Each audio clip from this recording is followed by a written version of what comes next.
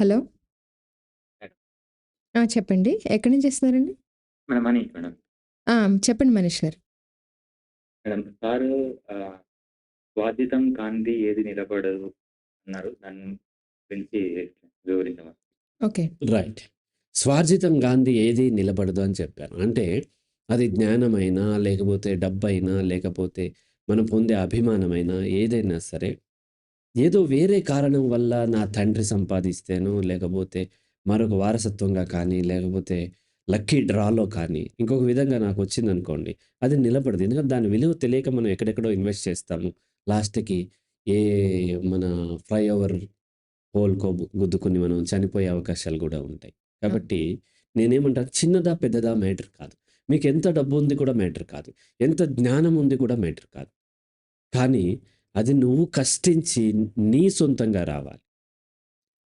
నాకు ఈ వారసత్వపు ఆస్తుల విషయంలో కొంత గొడవలొచ్చినప్పుడు, మా బ్రదర్స్ వాళ్ళు నాకు సరైనటువంటి నా షేర్ ఇవ్వకుండా బయటికి తోసేసినప్పుడు, చాలా గొడవలైనప్పుడు నా వైఫ్ అంది గదా! లీగల్లీ ఫైట్ చేద్దాం. లీగల్లీ ఫైట్ చేయొచ్చు. కానీ, ఇలా ఒక తల్లిదండ్రుల ఆస్తి పిల్లలకి రావాలి అనేది ఇక్కడున్నటువంటి ఒక రూల్, లేదా ఒక చట్టం, లేదంటే ఒక ప్రాక్టీస్. అవును. అదుంది కాబట్టి ఈరోజు నాది, నాది అంటున్నాను. లేకపోతే అది నాది కాదు గదా! ఆఫ్‌కోర్స్ వాళ్ళకి కూడా అదే రూల్ వర్తించొచ్చు, కాదనట్లేదు. కానీ, వాళ్ళకి పుట్టాను కాబట్టి వాళ్ళ ఆస్తిని సాధించుకోవటమే నా జీవిత ధ్యేయం కాకూడదు. హ్మ్. నేను సొంతంగా ఏం జేయగలను? నేను సొంతంగా ఎంత సంపాదించుకోగలను? లేదంటే ఏమి సంపాదించుకోగలను? దాంతో జీవనం సాగిస్తే అది వస్తే ఓకే, రాకపోయినా ఓకే అవుతది గదా! కాబట్టి దాన్ని పక్కన పెట్టేసేసి, నాకంటూ కొంత ఆస్తి ఉంది. అది నా యొక్క శరీరము, నా యొక్క మైండ్, నా యొక్క ఐడియాలజీ, చదువు, జ్ఞానము. ఇది సమాజానికి ఉపయోగపడుతుంది గదా! హ్మ్. దీన్ని వీలైనంత వరకు వినియోగించుకుంటా. ఎంతొస్తే అంత చాలు. అది 150 వచ్చినా, లేకపోతే 7,500 వచ్చినా సరే గంటకి, అది ఎంత అనేది మ్యాటర్ కాదు. నేను కష్టపడి చేస్తే రావాలి. దాని వర్త్‌ని బట్టి సొసైటీ ఇస్తది. హ్మ్. కాబట్టి నేను సొంతంగా ఆర్జించాలి అనే దాంట్లో నేను చేస్తా. అందుకనే నేను చాలామంది ప్రవచనాల దగ్గర చాగంటి కోటేశ్వరరావు గారి ప్రవచనాలు కూడా వింటాను. హ్మ్. సో, నేను ఆస్తికుడిని కాదు, నాస్తికుడిని. హ్మ్. గరికపాటి గారు వింటాను. జగ్గి వాసుదేవ్ వింటాను. నాకు బాబు గోగినేనికి కొన్ని విషయాల్లో కాన్‌ఫ్లిక్ట్ ఉంటది. హ్మ్. సో, ఆయనది వింటాను.